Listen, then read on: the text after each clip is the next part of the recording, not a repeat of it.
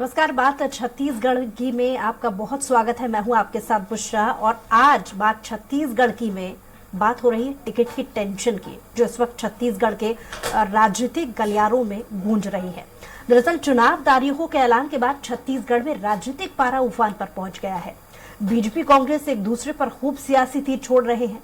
BJP अपने 85 उम्मीदवारों की घोषणा कर चुकी है, लेकिन कांग्रेस ने अब तक सूची जारी नहीं की है।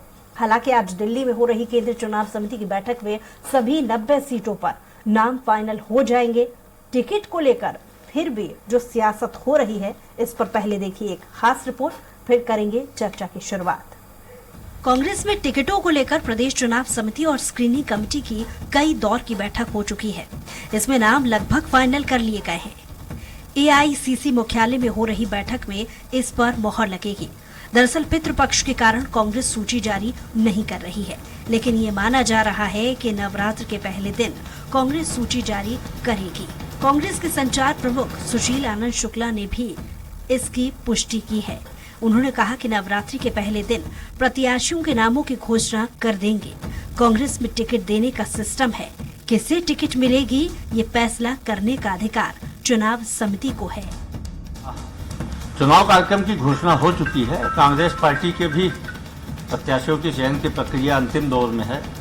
केंद्रीय चुनाव समिति की आज बैठक दिल्ली में आयोजित की गई है। इसके पहले हमारी चुनाव समिति और स्क्रीनिंग कमेटी की बैठक हो चुकी है। हमें पूरा भरोसा है कि आज असंख्यक सीटों पर नामों को फाइनल कर लिया जाएगा और नवरात्रि के पहले दिन हम नाम को घोषणा करेंगे। इधर कांग्रेस द्वारा नवरात्र के पहले दिन सूची जारी किए जाने पर बीजेपी प्रवक्ता केदार गुप्ता ने पाप की एंट्री कराते हुए निशाना साधा है। गुप्ता ने कहा कि कांग्रेसियों ने इतना पाप किया, इन्हें नवरात्रि में मां दुर्गा भी माफ नहीं करने वाली है। अब नवरात्रि में भी ये अपने प्रत्याशियों की घोषणा करेंगे। इन्हें नवरात्रि में लाभ नहीं बल्कि श्राप मिलेगा। अब नवरात्रि में ये घोषणा करेंगे तो माता से कृपा चाहते हैं। माता तो कुपित है और इनके कार्यकर्ता सब असंतोष में है। इन्हें तो नवरात्रि का लाभ नहीं मिलेगा बल्कि श्राप मिलेगा उन बहन बेटियों का जिनके साथ अनाचार हुआ है। कांग्रेस भी जल्द ही उम्मीदवारों की घोषणा कर देगी, लेकिन उससे पहले इसे लेकर प्रदेश में खूब सियासत हो रही है। हालांकि अब देखने वाली बात होगी कि कांग्रेस में टिकट वितरण के बाद अगर विरोध हुआ तो पार्टी उससे कैसे निपटेगी। रायपुर से स्वराज एक्सप्रेस के लिए हेमंत शर्मा की रिपोर्ट। हमारे साथ विशेष पैनल जुड़ा हुआ है। कांग्रेस से प्रवक्ता सुरेंद्र वर्मा जी हमारे साथ जुड़े हुए हैं, साथ ही साथ बीजेपी से नेता राजीव चक्रवर्ती जी हमारे साथ जुड़े हुए हैं। आप दोनों ही मेहमानों का बहुत बहुत स्वागत है। शुरुआत कांग्रेस से करूंगी सवाल की, क्योंकि लगातार बीजेपी इस सवाल को दोहराती आई है कि लेट लतीफी की वजह क्या है। इस लेट लतीफी को लेकर के लगातार बीजेपी चुटकी भी ले रही है। वो बीजेपी का पेट में दर्द होना, इस पर क्या कांग्रेस की तरफ से अभी तक रिएक्शन हालांकि आ रहे हैं, लेकिन इस पैनल में मौजूद हमारे साथ सुरेंद्र वर्मा जी, रिएक्शन की शुरुआत आपसे करूंगी। सुरेंद्र जी,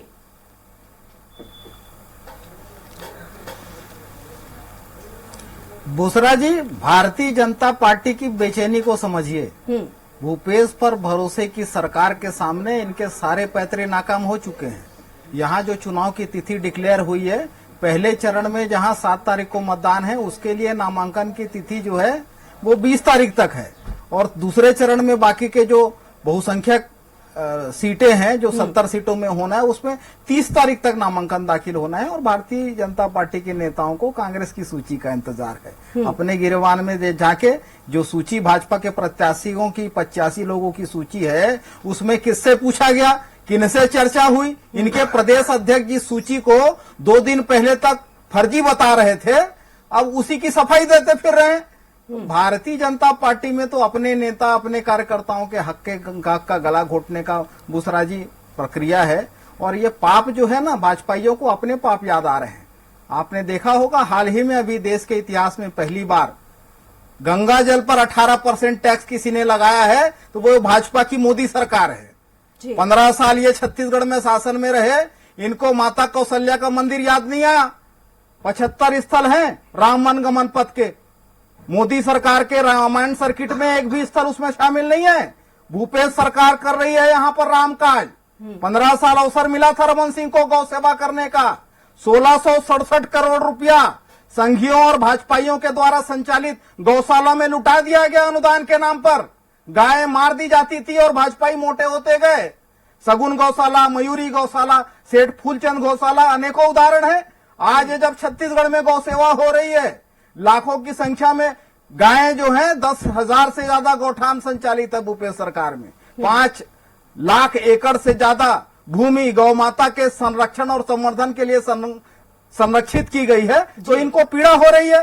भाजपा ये बताए कि ये जो है, ठीक है, रिएक्शन ले लेते जितने हैं दागी, राजीव जी से। जितने भ्रष्टाचारी रमन सरकार में जितने मंत्री थे, जिन पर आरोप था, सबके सबको हारे हुए को भी टिकट दे दिए। लेकिन टिकट काटा किसका? वर्तमान विधायक। इनकम्बेंसी देख लीजिए, आपके नेताओं को देख लीजिए, हमारा हम खुद देख लेंगे। क्या रिएक्शन आपका?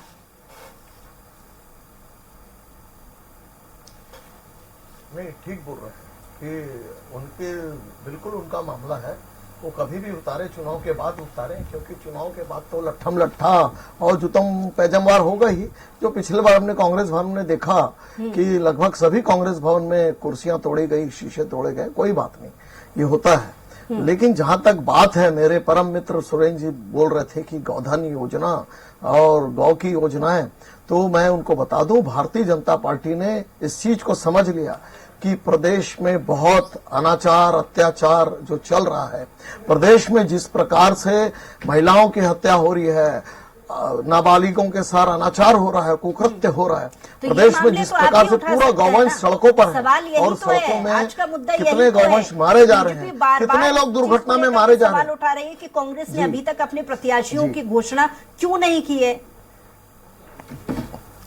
हाँ, घोषणा इसीलिए किसको उतारे? हमारे साथ ये है कि हमने, लेकिन ये इनका पार्टी का अंदरूनी मामला है, अपहरण ले लिया, इतने सारे मामले गिना रहे हैं और अभूतपूर्व जन समर्थन मिल रहा है। ऐसे बहुत सारे मामले हैं, सुरक्षा है और बहुत सारी चीजें आप गिना रहे हैं। ये आप भी तो उठा सकते हैं, चुनावी माहौल है, आपको रोका किसने? लेकिन बीजेपी इस बात को लेकर के ज्यादा फोकस कर रही है कि अभी तक प्रत्याशी घोषित क्यों नहीं हुए। हम उठा रहे हैं, ये पार्टी का अंदरूनी मामला है। खैर, बात पूरी कीजिए। हाँ, नहीं हुए ना, वो तो बात है, इसीलिए बात है।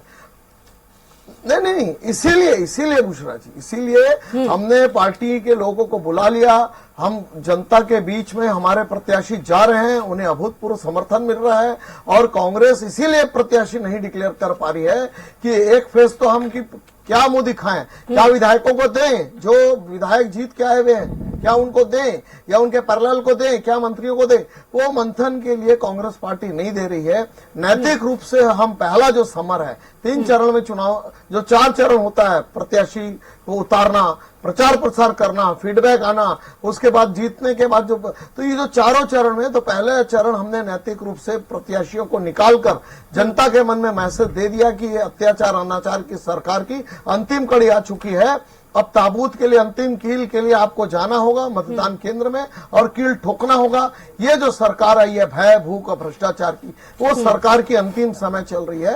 तो इसीलिए हमारे प्रत्याशी आ गए, घर घर जा रहे हैं, उनको बीजेपी की जनसमर्थन मिल रहा है, जनबल मिल रहा है। नवरात्रि पर कांग्रेस अपने प्रत्याशियों की घोषणा करने वाली है, इस बात को लेकर या लेट हो रहे हैं प्रत्याशी की घोषणा? कांग्रेस जो धर्म को नहीं मानती है, हाँ, नहीं, हमको कोई मतलब नहीं है। हम, हमारी सूची जारी हो चुकी है। ये सवाल आपसे इसलिए पूछे जा रहे हैं क्योंकि आपके के नेता लगातार इसको लेकर के बयानबाजी कर रहे हैं। वो क्यों नहीं हुआ? मैं लौटूंगी आपके पास। राम अवतार जी भी हमारे साथ जुड़े हुए वरिष्ठ पत्रकार। हाँ, बहुत स्वागत है आपका। राम अवतार जी, जो कांग्रेस की सरकार है, जो रनिंग विधायक है, तो कांग्रेस पार्टी के पास नातिक साहस नहीं है। आ रही हूँ राजीव जी आपके पास। राम अवतार जी, पार्टी, कोई भी पार्टी का प्रत्याशी चयन एक अंदरूनी मामला है। उनकी रणनीति हो सकती है, या झगड़े हो सकते हैं, या भाजपा के प्रत्याशी चयन का देख रहे होंगे, या उन्होंने अंदरूनी तौर पर सारे प्रत्याशियों को संकेत दे दिए होंगे, आपका टिकट तय हो गया है, आप दौरा करिए, प्रदर्शन करिए, आपकी ये कमजोरी है, ये अच्छाई है, इस तरफ जाइए, अभी पितृपक्ष है, नहीं देना चाहिए, हम हिंदू मुस्लिम चल रहा है अभी मतदाताओं के बीच, हम हिंदुत्व की बात करते हैं तो इसी मुद्दे पे भाजपा को घेरें और नवरात्रि में दें, अभी शुभ काम नहीं कर सकते। कई ऐसे कारण हो सकते हैं। प्रत्याशी चयन कोई बड़ा मुद्दा नहीं है। बड़ा मुद्दा यह है कि प्रत्याशी आ कैसे रहे हैं, क्या स्वच्छ छवि के आ रहे हैं, क्या जनता के हितों की रक्षा करने लायक आ रहे हैं, या अपने हितों की रक्षा करने या पार्टी लाइन से ऊपर जाके बात करने वाले नहीं आ रहे हैं। तो पार्टी राम अवतार जी, इसको लेकर के भी मैं आपसे रिएक्शन चाह रही थी कि ये जिस तरीके से धर्म की आड़ लेना शुरू कर देते हैं नेता, ये किस हद तक सही है, जबकि लगातार चुनाव आयोग की तरफ से भी इसको लेकर के विशेष गाइडलाइन दी जा चुकी है। बार बार इसका जिक्र करने के बावजूद भी बार बार धर्म को बीच में करके बयानबाजी कितना सही मानते हैं? एक छोटा सा रिएक्शन।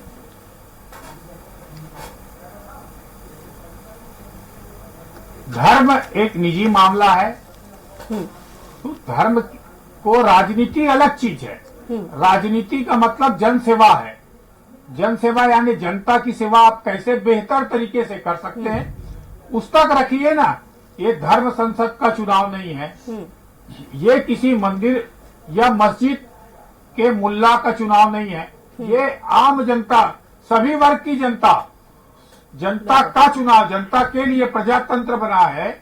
तो प्रजातंत्र के जो उद्देश्य हैं वो है कि प्रजातंत्र में सभी वर्ग के हितों की रक्षा कर पाए, ऐसा जनप्रतिनिधि का निर्वाचन की प्रक्रिया शुरू हो गई है। तो अभी फोकस होना चाहिए कि वो के पास योजना कैसी है, वो किस तरह के काम कर सकता है, उसका खुद का व्यक्तित्व कैसा है, वो कैसे काम का एजेंडा अपना रखा है, ये बताए। हम हर मुद्दे पे अगर हर मुद्दे को अपने राजनीतिक स्वार्थ या पार्टी के एजेंडे के आधार पर करेंगे कि तो बीजेपी में ये जो एंटी इनकम्बेंसी जैसे हालात हैं उसे वो पहले खुद अपने अंदरूनी तौर पर पार्टी निपट ले, उसके बाद हमसे बात के। लेकिन सवाल आपसे भी है कि आखिर क्यों इतनी देरी हो रही है? हालांकि बहुत सारे प्लेटफॉर्म पर कांग्रेसी नेता ये कह चुके हैं नवरात्रि के मौके पर वो अपने प्रत्याशी की घोषणा कर देंगे, लेकिन आपको ऐसा नहीं लगता कि बीजेपी को कहीं ना कहीं इसका प्रैक्टिकल तौर पर फायदा होने वाला है, क्योंकि जनता के साथ कनेक्ट होने का ज्यादा मौका बीजेपी को मिल सकता है? कैसे देखते हैं आप? बोसरा जी, पहले प्रत्याशी तय करना यदि कोई क्राइटेरिया है चुनाव जीतने का, तो मैं समझता हूं कि भाजपा तो अब बहुजन के रास्ते पर चल रही है, क्योंकि राष्ट्रीय पार्टियों में कभी भी ये नहीं रहा आज से पहले छत्तीसगढ़ के इतिहास में कि चुनाव तिथि की घोषणा से पहले प्रत्याशी की घोषणा हो। तो इनके यहाँ तो ऐसा संकट है भरोसे का और प्रत्याशियों का कि ये बहुजन के रास्ते पर चल रहे हैं। सबसे महत्वपूर्ण बात जो है वरिष्ठ पत्रकार तिवारी जी ने कही कि प्रत्याशी आ कैसे रहे हैं और उसकी चयन प्रक्रिया क्या है। भारतीय जनता पार्टी में तो छत्तीसगढ़ के किसी भाजपा के नेता या कार्यकर्ता से पूछा नहीं गया, ना उनको पता था कि किनके नाम पर विचार हो रहे हैं। कांग्रेस में पूरी पारदर्शिता है, आंतरिक लोकतंत्र है। 2 महीना पहले पूरा शेड्यूल तय हुआ था बुसरा जी, आपको भी याद होगा। आज जो दिल्ली में CWC की बैठक है और कल होनी है, उसके पहले सबसे पहले जो प्रक्रिया है वो ब्लॉक स्तर से शुरू हुए। कांग्रेस का आम कार्यकर्ता अपनी दावेदारी जो है अपने ब्लॉक में जहां का निवासी है, जहां वो राजनीति करता है, वहां के ब्लॉक अध्यक्ष को आवेदन दिया। ब्लॉक में चर्चा के बाद वो आवेदन सूची के साथ में जिला कांग्रेस कमेटी में आए, वहां चर्चा के बाद 3 और 5 नामों के पैनल आए। उसमें से बुसरा जी कई हमारे नेता ऐसे हैं जिनके क्षेत्र से, जिनके ब्लॉकों से सिंगल नाम भी आए। और उसके बाद में जब प्रदेश कमेटी, चुनाव समिति, स्क्रीनिंग कमेटी और उसके बाद अब जो आखिरी में फाइनल होता है जहां पर, तो बहुसंख्यक सीटों पर सिंगल नाम है। और जैसा कि हमारे वरिष्ठ नेताओं ने, हमारे प्रभारी ने कहा कि ना ये कांग्रेस के भीतर तय प्रक्रिया है। हमारे यहाँ आंतरिक लोकतंत्र भी है और पारदर्शिता है। भाजपा की तरह अधिनायकवाद नहीं है कि एक व्यक्ति फैसला ले और यहाँ के नेता और कार्यकर्ताओं के हक का गला घोट के।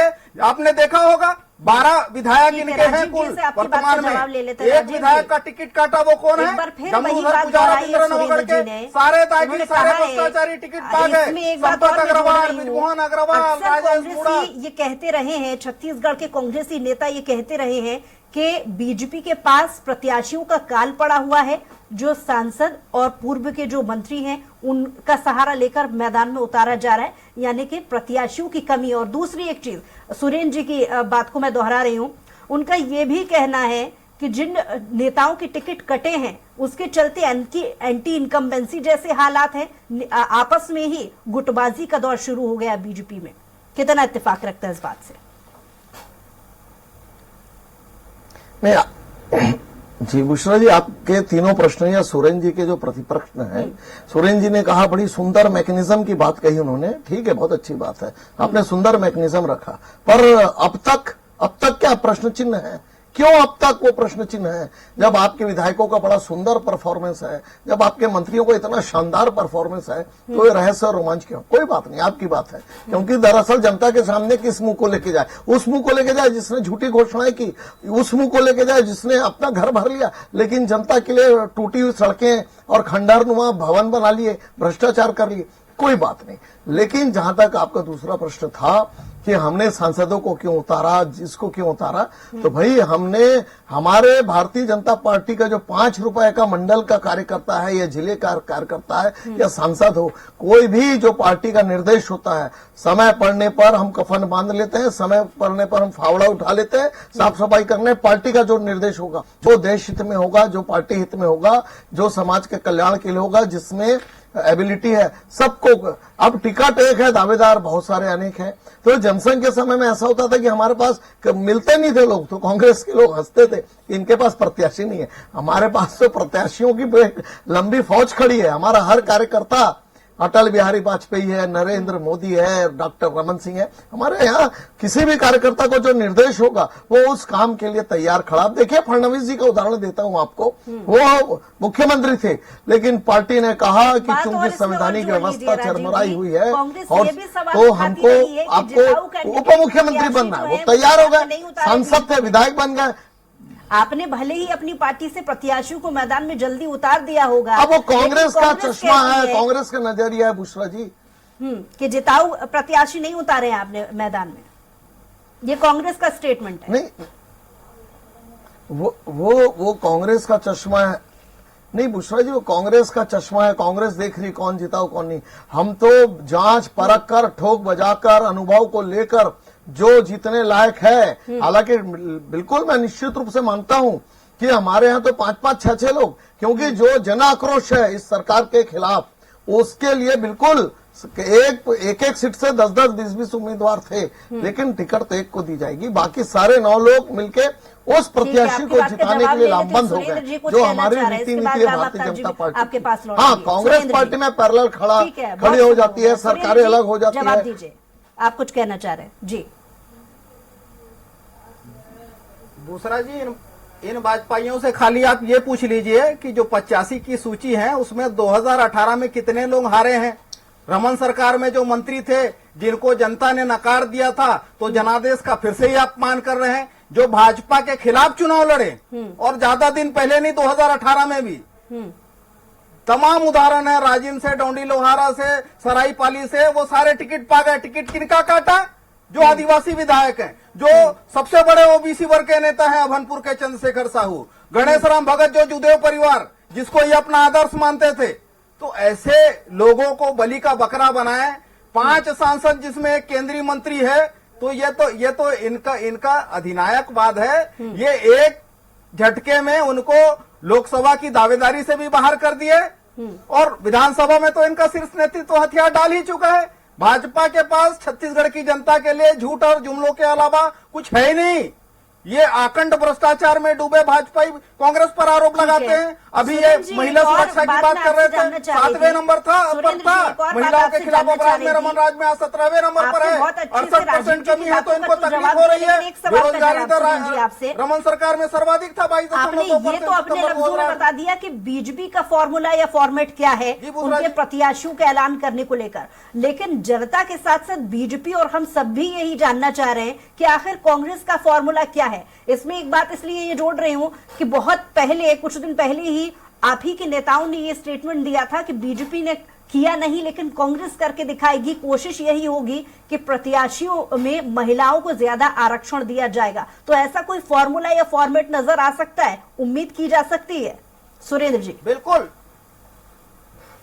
बुशरा जी, सामाजिक न्याय कांग्रेस की सर्वोच्च प्राथमिकता है और ये भूपेश सरकार ने प्रमाणित किया है। छत्तीसगढ़ के इतिहास में पहली बार सबसे बड़ा वर्ग है ओबीसी। आज प्रदेश के मुख्यमंत्री, गृह मंत्री, विधानसभा अध्यक्ष, बहुसंख्यक विधायक भी आज भी आप महिलाओं की बात कर रहे थे। भाजपा में एकमात्र विधायक है भाजपा से, कांग्रेस के 13 विधायक है। और इस चुनाव में जब टिकट वितरण होगा तो निश्चित तौर पर यह भी देखने को मिलेगा बुशरा जी, इसमें कहीं कोई संशय न रहे, भारतीय जनता पार्टी ओबीसी विरोधी है, अनुसूचित जाति विरोधी है। आरक्षण में कटौती का पाप 2012-13 में रमन सरकार ने किया। राम अवतार जी से हमने छोटा सा आरक्षण रिएक्शन ले विधेयक लेती पारित हूँ किया मैं, अभी तक आप राजभवन में, दोनों ही की पिछले बातों 10 के महीने ऊपर। से लंबित है भाजपा फिर के लौट रही षड्यंत्रों के हूँ। राम चलते। अवतार जी, दोनों ही नेताओं को आपने सुना, बुशरा जी एक सेकंड एक बात कहूंगा एक प्रतिक्रिया। कि यहाँ आ एफआईआर रही हूँ लिखी राजीव जी जाती आपके है पास। महिलाओं राम के अवतार जी। अत्याचार के खिलाफ, वो सरकार नैतिक रूप से गिर गई है जन जन के साथ। आ रही हूँ राजीव जी, आप बात पूरी कीजिएगा, अधूरी बात कांग्रेस, दोनों के पास कोई दावेदार राम बहुत अवतार है। जी। उन दावेदारों के बीच प्रत्याशी चयन करना एक चुनौतीपूर्ण काम पार्टियों के बीच है। पार्टियों को ये भी डर है कि बगावत हो सकते हैं। भाजपा ने प्रत्याशी चयन किया तो बगावत उनके यहाँ हो रहा है, शायद इससे ज्यादा बगावत कांग्रेस में हो सकता है। तो ऐसी स्थिति में वो बगावत को टालने और जो बगावत करने वाले हैं उनको कम समय देने के लिए भी प्रत्याशी चयन में विलंब कर रहे होंगे। दूसरी ओर जैसे ही प्रत्याशी चयन हो जाता है उसके बाद खर्चा बढ़ जाता है प्रत्याशी का, तो चुनावी खर्चे आज बड़ी एक समस्या रहती है। उस खर्चे को टाल रहे होंगे। कई सीटों में उलझन होगा कि किस वर्ग से लिया जाए, कौन बेहतर है। तो एक प्रत्याशी चयन बड़ी कठिन समस्या तो रहती है चुनाव के दौरान हर पार्टी के लिए, क्योंकि कोई वर्ग नाराज होगा, किस वर्ग को लेंगे। जो वर्षों से कार्यकर्ता काम करते रहते हैं वो छले तो नहीं जा रहे हैं। कई ऐसे मापदंड और चुनौतियां पार्टियों के बीच है, क्योंकि पार्टियों का जनाधार बढ़ा है, उनका काम करने का तरीका पारदर्शी हुआ है, आक्रामक हुआ है। इस बीच जो कार्यकर्ता है, कार्यकर्ता छला तो नहीं जा रहा है, उसकी उपेक्षा तो नहीं हो रही है। कार्यकर्ता का सम्मान कैसे होगा और जीत कैसे होगा, एक जीत की भी रणनीति हो, विचारधारा की रणनीति हो, सामाजिक समीकरण का रणनीति हो, इन तीनों के बीच संतुलन करना ठीक है, क्योंकि पार्टियों के समय की बीच एक कमी है राजीव चुनौतीपूर्ण जी। काम है। रिएक्शन शायद में आपसे इसीलिए चाह रही थी, आप ही ये के विवाद नेता ने की एक स्थितियां statement उत्पन्न दिया हो रही है, विलंब हो रहा है। उन्होंने नवरात्रि पर कांग्रेस के प्रत्याशियों की घोषणा करने को लेकर पाप की ही एंट्री कर दी है। उनका स्टेटमेंट में बता देती हूँ, कांग्रेसी इतना पाप कर चुके कि इन्हें नवरात्र में माँ दुर्गा भी माफ हाँ, नहीं मालूम है। करेंगी। ये गुप्ता जी ने कहा ना। स्टेटमेंट का रिएक्शन आपसे पहले जान लूं, फिर आ रही हूँ सुरेंद्र जी के हाँ। पास। जी जी जी जी जी बिल्कुल। उन्होंने कहा कि देखिए ये छत्तीसगढ़ में हालात है कि 9 बजे के बाद बहू बेटियां सड़क पर निकलती है, या तो दुर्घटना में मारी जा रही है, या उनकी बलात्कार हो रहे हैं, चाकूबाजी छुरेबाजी हो रही है, और अनाचार बढ़ गया है। और इनके सीआरबी की रिकॉर्ड इतनी इसलिए बड़ी, अभी 2 साल से तो जारी नहीं किए हैं, लेकिन अभी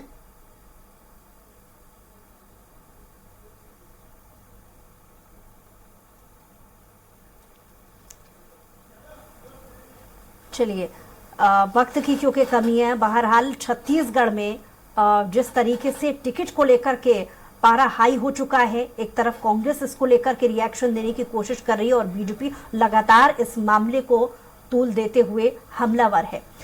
इसी के साथ ही आप तीनों ही मेहमानों का हमारे साथ जुड़ने के लिए, चर्चा में शामिल होने के लिए बहुत बहुत शुक्रिया। और हमारी खास पेशकश में टिकट की टेंशन पर इतना ही। कुछ और खबरों के लिए देखते रहिए स्वराज एक्सप्रेस।